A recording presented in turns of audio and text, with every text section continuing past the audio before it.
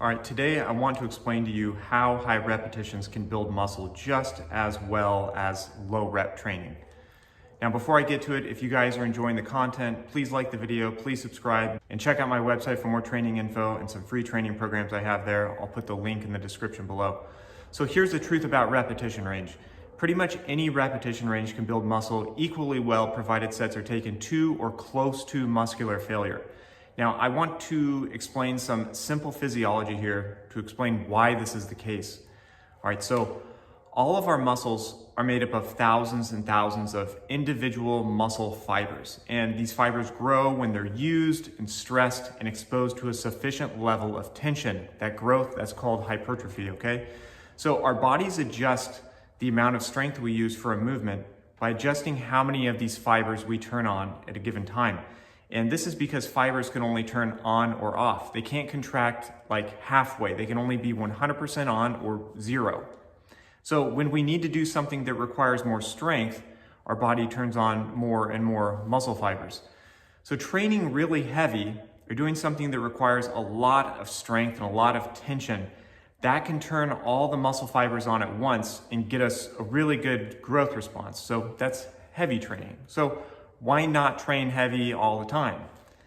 Well, heavy training is hard on the joints, takes longer to recover from. It doesn't improve our conditioning like at all.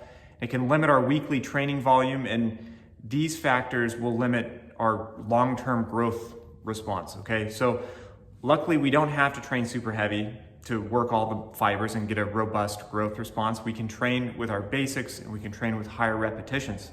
Now, with lighter movements, while they don't use all the muscle fibers right off the bat, they will train all the fibers if we do enough reps and get close enough to failure. And this is because as some fibers get exhausted, like earlier on, our body will have to recruit other fibers to pick up the slack and continue the set. So by the time we get close to failure, we've basically recruited and trained all of the fibers that we have available and gets us the same growth response. This is why high reps, low reps, provided sets are taken to or close to failure, all works out the same in terms of muscle mass.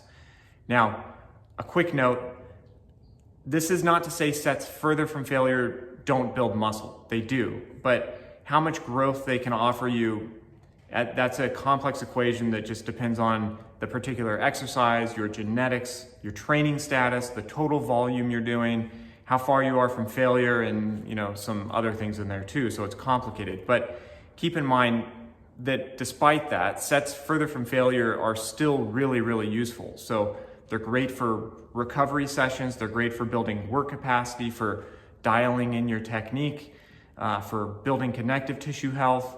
They're also super useful for beginners who don't need to train close to failure at all to build muscle.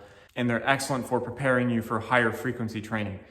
So to sum it up, in terms of muscle growth per set, higher reps can grow just as much muscle as lower reps. Your proximity to failure is what's driving your growth response. So I hope that gives you guys a better understanding of how high repetitions can build muscle. If you have any questions, just let me know. I'm happy to help you out. So thanks for watching, and I'll see you in the next video.